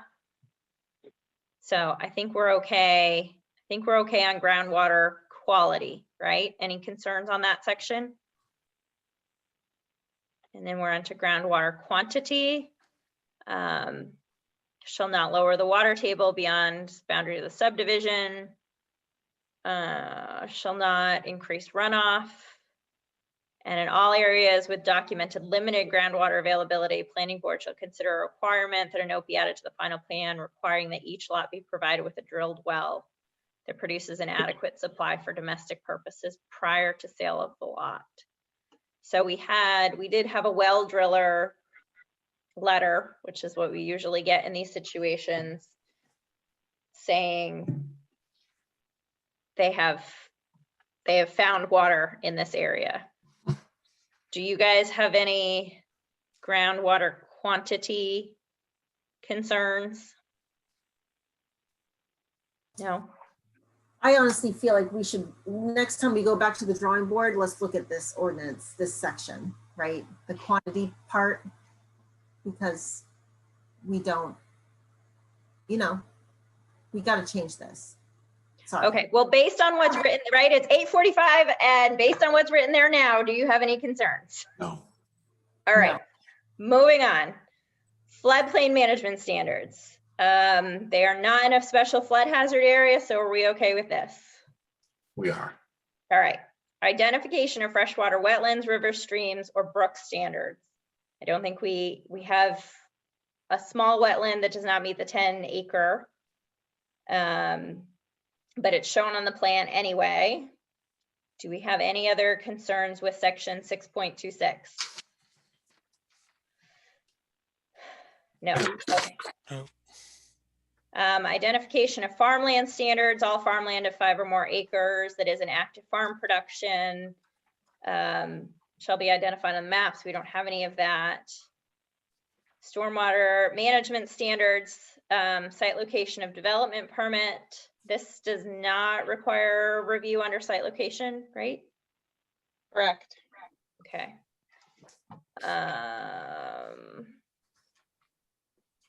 And it doesn't require a DEP stormwater permit, does it? No, No.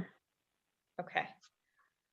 We do have an erosion and sedimentation control plan. It's not within the watershed of Runaround Pond.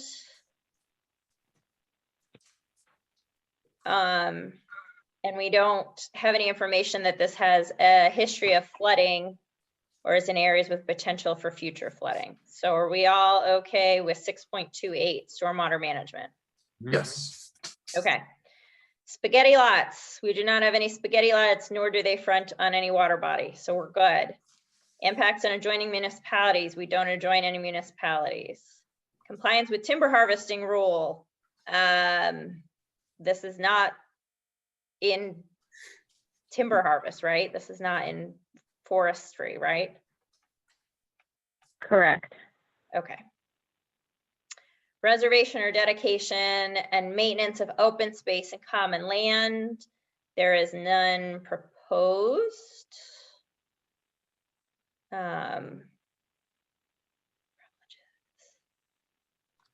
We do have the homeowners association documents.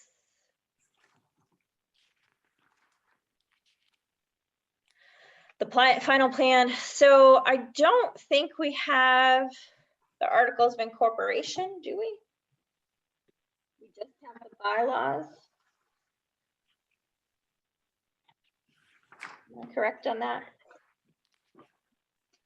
We provided the covenants and let me see, what is this document called?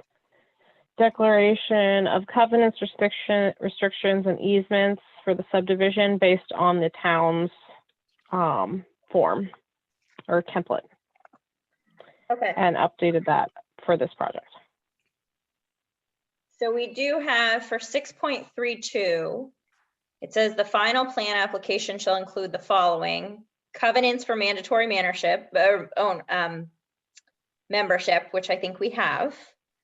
It Yeah. also requires draft articles of incorporation. So this is going to be a nonprofit. So we need the draft articles of incorporation and then the draft bylaws. So I think we would need all of those things for the final plan submission. And those are not all encompassed in that document? No. Okay.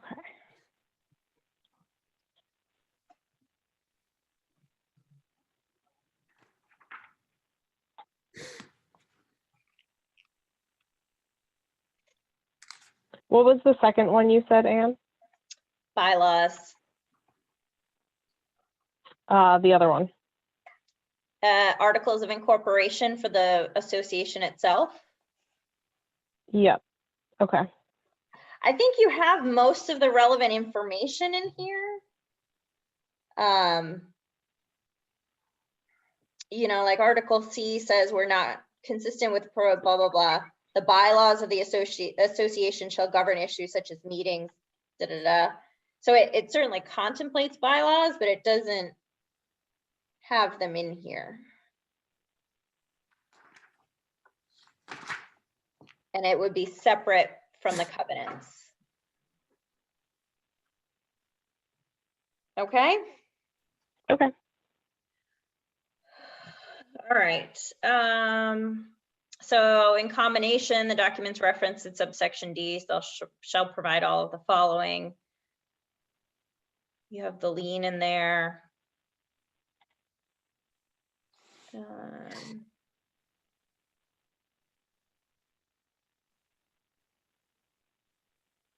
All roads within the subdivision shall be covered by a road maintenance agreement, which you have. So planning board, I think the covenants as shown cover everything in E1 through 6, but Adrian, if that's something that you'll make sure are encompassed either in the bylaws or the covenants, we should be all set. Okay. 6.33, we don't have a cluster development. 6.34 is where we're getting into the performance guarantees. So we have a construction cost estimate. And then it says a performance guarantee shall be drafted such that the town shall receive written notice at least 60 days prior to their expiration. And basically it's either a cash deposit held by the town or an irrevocable letter of credit issued by a bank. Any other performance guarantee reviewed by the town attorney at the applicant's expense as to form and specifically approved by the planning board is substantially equivalent, may be acceptable. So what is the issue with the performance guarantee? The plan is that it will be an escrow account, and it sounds like what you just read means it needs to be held by the town. But we need the information from the town on, you know, what bank that's going to, who holds it, what name it goes into, but also Ron and John have a purchase and sale agreement for this land that's contingent upon getting subdivision approval. So they don't have legal rights to, you know, take out an escrow account for this land until they own it. So it would be something we'd be looking to have as like, you know, a condition that we set it up. They can't set up the escrow account before they receive approval. Does that make sense? Sort of. So I think, and other planning board members jump in if we're missing, if I'm misspeaking. I think we need to see the clear procedure, including town approval, which we now have a town manager. So her sign off that everybody is on board with what the plan is to establish this escrow account. It will be held by the town of Durham. Here will be the conditions. We're all set to go. We have the escrow agreement drafted, and the only thing left to do is deposit the money. I would be okay with that as long as it really is a fully baked plan and in front of us. And then we would just make it, funding it contingent on, or releasing the final signed plan contingent on funding that escrow agreement. So you'd have your approval. You wouldn't get the final signed plan to record until you fund that escrow account. Does that meet your needs and make sense? Makes sense to me. I guess, John, does that work? Yep. Okay, planning board members, does that sound like an acceptable path? It does. Okay.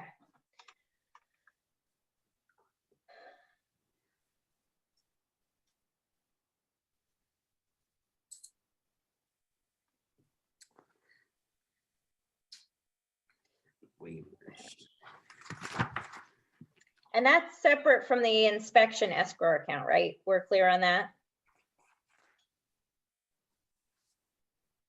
Yes, this is the escrow account for the performance guarantee that we're talking about. Got it. And then we need a separate escrow fund for inspections. We already have that. They've got $1,500 in the escrow for that. Well, it's supposed to be 2% of the estimated costs. So 2% of $163,000 is more than that, right? Well, the ordinance is lot by lot.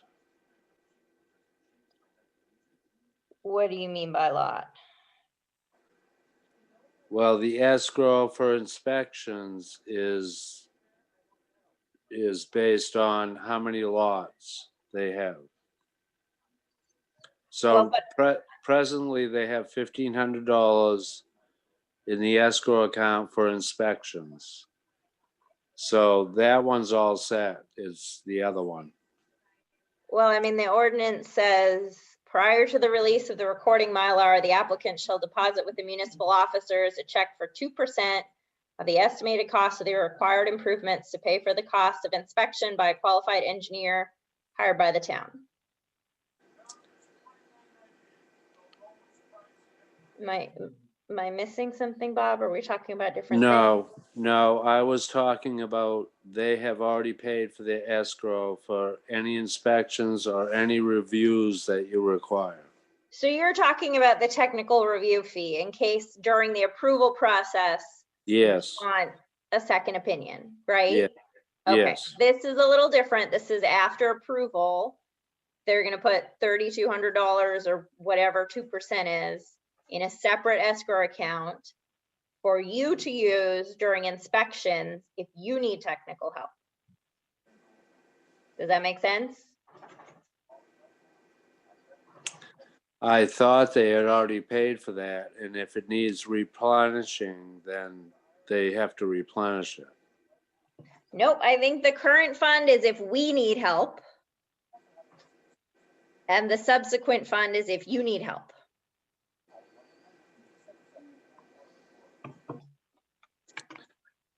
Yeah, I think we're talking about two different things. The performance guarantee is usually for the road, but the escrow is for inspections. Okay. We just want to make sure you have an inspection escrow account in accordance with the ordinance. All right. Waivers, you have submitted us 3 separate waiver requests. So I'd like to go through those quickly and make sure that you will get those. I think there are 4, Ann. Are there 4? Okay. So the first one is for a high intensity soil survey. They utilize a medium intensity soil survey. Test pits were completed and they're not impacting any wetlands. High intensity soil survey would not provide any additional useful information needed to design the project. Planning board, are you okay with this waiver request? Yep. Yep. Am I hearing no objections? All right. So the second one is for the hydrogeological assessment. We just talked about that. There's sufficient room to space out wells and septic. So I think we're all okay with that, right? Yes. Okay. The next one is a traffic trip generation and traffic impact analysis. So they're saying that the proposed development is a 6-lot single-family residential development and will result in minimal traffic generation. Project of this size does not warrant a traffic trip generation assessment or traffic impact analysis. What do you guys think? I don't think one's required. Yeah, I agree with that.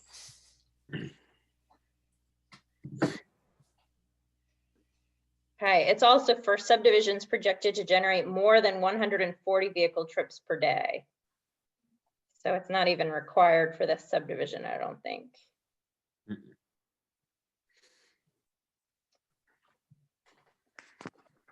All right. Okay, so we're all set with that.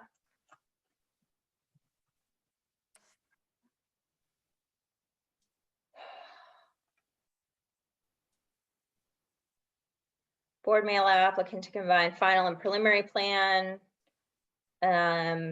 which we're not there. We have way too many outstanding questions, I think. There is a possibility for waivers of performance standards, but we don't have any requests for that.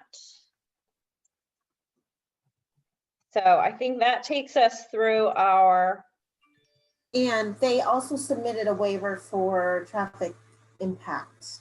Did you talk yep, about- I just said that. Oh, there's traffic trip and traffic impact. Yep, they're on the same. And the traffic impact analysis, they're not even required to provide because they don't have more than 140 trips. But was there something else on that one? Nope. I Okay. agree. Sorry, I just wanted to make sure that was heard. Nope, yep, I appreciate that. And you just mentioned waivers of other performance standards, which we have not submitted. Is this whole buffer historic issue something that is waivable? I'll be honest, I don't think, I don't think that's, I don't think we have the authority to waive anything legally. Right. We do under our ordinance. That honestly, you can probably, you can ask. I will probably ask for an opinion from our town attorney on whether we can actually give you a waiver of a zoning standard, which there's case law that we can't. But that does bring up a point that you may want to apply to the ZBA for a, I can't remember if it's a hardship variance or a, whatever it's called. Basically for a variance. That might be an option for you. But you need to go to the ZBA first and then come back to us. Or you could get the decision from us and appeal it and ask for your variance at the same time or something like that. Bob, did you have a question? No, I'm just saying if they write to the Maine Historical Society for a advisory opinion, that opinion should, you know, be valid. So I would wait to do that before I went and appealed it. Yeah, I agree. I mean, either way, they're gonna have to bring something back to us. But that's just one more option. They could request a variance from the ZBA.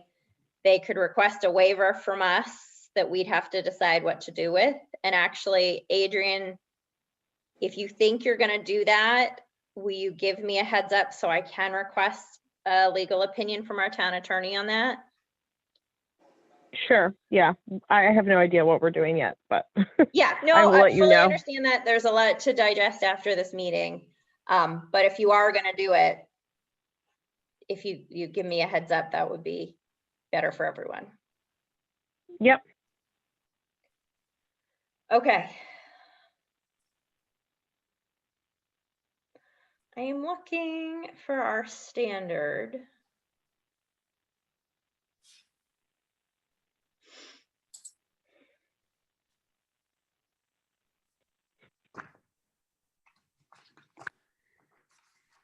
Do we not have a standard on glare? One, two,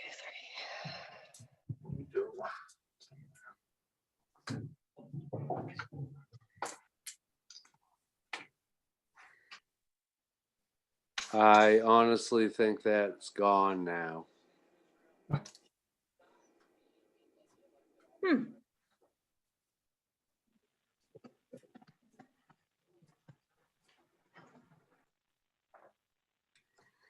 Is it under lighting or is that not different kinds of lighting?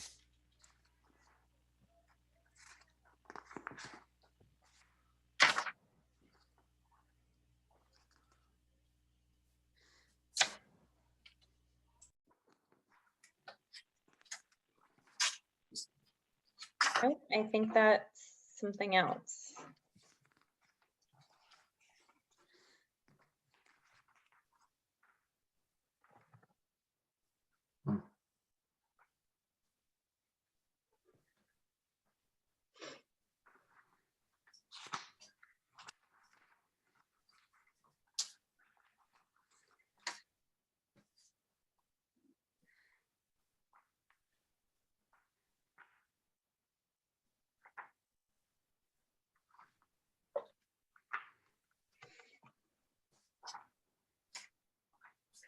I'm not seeing anything that would allow us to address the headlight issue. Are you guys?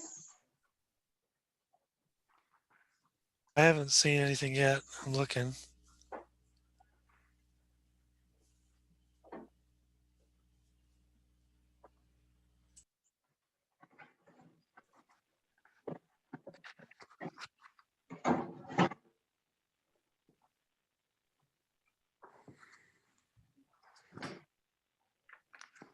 I believe it used to be under conditional use, but it's gone. Well, and this isn't even a conditional use, No, I know. so. Okay. Well, that's unfortunate, but it is what it is, I guess. All right, so planning board, to summarize where we are, we found that it will generally meet most of the standards, except we have the following. Under site distances, we want the applicant to reach out to DOT, CMP, the town, whomever, to figure out what they need for permission to cut those low-hanging branches to the north of the entrance to improve the sight lines, with the idea that the planning board would probably impose a condition that those be kept maintained. With respect to waste generation, we've asked that the applicant clarify with the town whether the waste hauler will go up the road, or whether there will be a requirement to establish a central collection point on 136 and to design a central collection point that will provide for safety of the waste hauler, of the traffic on 136, and for addressing the trash itself. We have asked the applicant to further research the adjacent, the Red House property and its historic status under the main standards. And if it is a historic property, to provide us a 25-foot buffer all around that property as it abuts the subdivision, including the road, where the road goes. And then we've asked for articles of incorporation, draft bylaws, a finalized escrow agreement to be funded for a performance guarantee.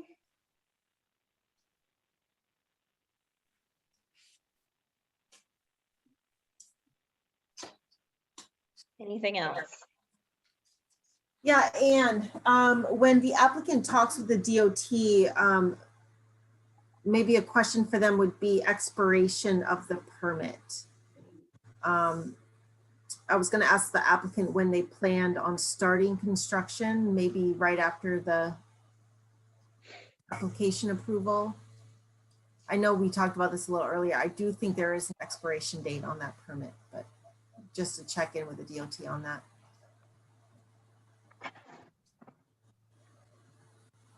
Okay. There's no expiration permit unless the road elevations change. No, what I'm saying is the expiration of the permit. The existing DOT permit was received in, I don't know, June of 2019. I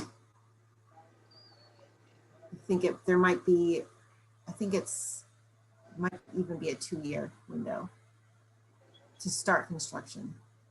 I'm looking at the, well, that's driveway.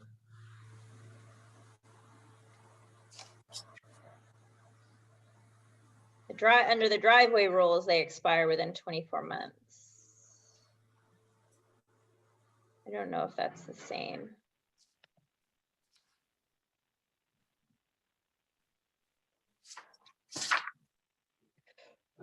So, okay, clarification on that.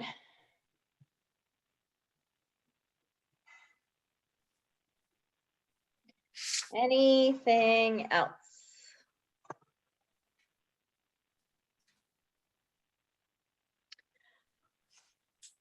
Okay.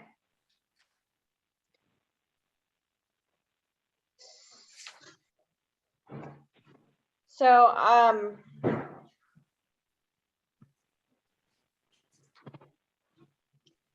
I guess my motion is to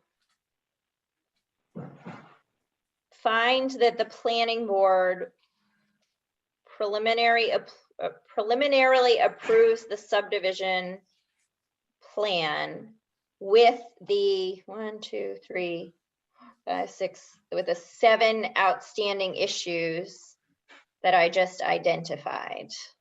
which must be addressed at the final plan stage, or the subdivision may be denied. Second, All right, roll call. Juliet, Yes. Ron, Yes. Wes, Yes. Alan, yes. and Anne is a yes. Okay, And can you provide us those in writing? yes, Those 7 absolutely. things? Okay. Absolutely. I will do that soon, hopefully tonight. Any other questions or comments from the planning board or the applicant? Adrian, actually, let's talk about scheduling. How long do you want to figure out how long this is going to take you to do and submit something, and we'll schedule it based off of that? Or do you want us to give you a new date? I guess I'll ask back at you, are you doing like special meetings for this project now that it's in the queue? Like we don't have to line up with the other meeting dates that are only once a month?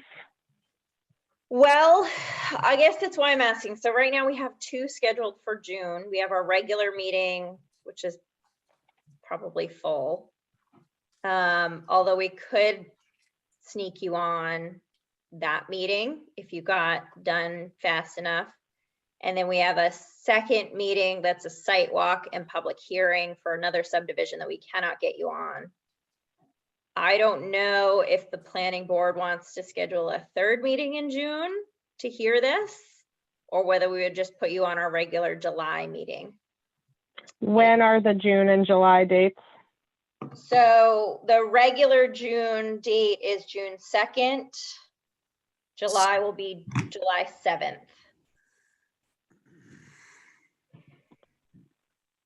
And if we were to do, you know, like a submit and try and get on our own special meeting, that would, you're saying it would probably end up in July anyway? Unless the planning board tells me they want 3 June meetings. Yeah, we're already doing a special June meeting, Right, which is already scheduled. right, The docket's full. right. Yeah. Right, yeah, we can't do that. We'd have to schedule a 3rd June meeting, which I don't think there's a lot of appetite for. So you can. It seems like we need to either schedule now or we're like kind of out of luck and we'd be, I don't know, it's been hard to get on a meeting unless we schedule it with you guys in person, like at this meeting. So I think. I don't know if John, you have. There are 5 Wednesdays in June. There are 5 Wednesdays in June.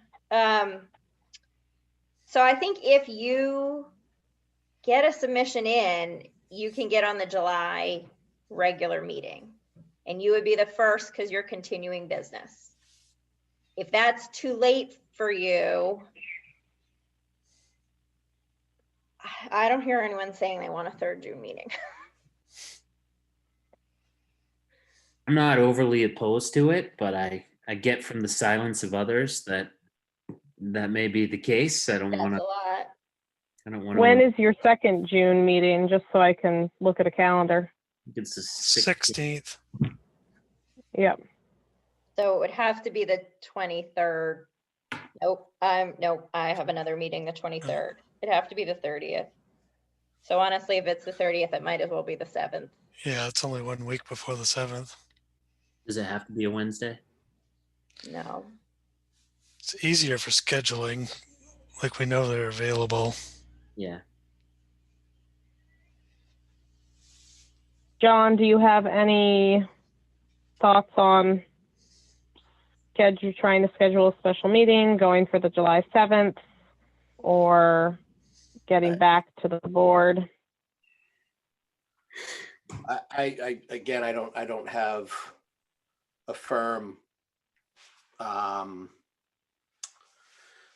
understanding of it right now. I mean, we lost 3.5 weeks with this meeting, so I don't want to keep waiting. But you know, doesn't say, if the town's saying they're not gonna meet, they're not gonna meet. All right, so it sounds like if you have everything together, you can get on the July 7th meeting. Mhm. And we need to submit everything 2 weeks in advance for continuing business, or, Preferably, yeah. okay.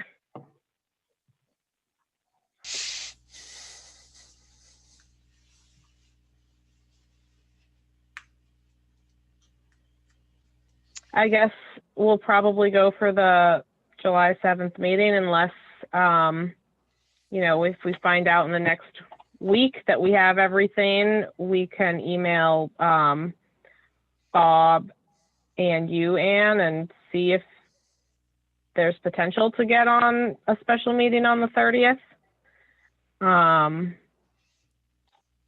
Okay, we can discuss it at our June 2nd meeting if you do get it in.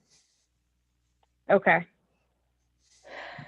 Oh, like we could be on that agenda. You could probably get on the June 2nd agenda. Well, I mean, It's we're only 2 2 weeks weeks out away, now. though. Yeah, Right. but if you get it in ahead of June 2nd, we will discuss a special meeting at our June 2nd regular meeting.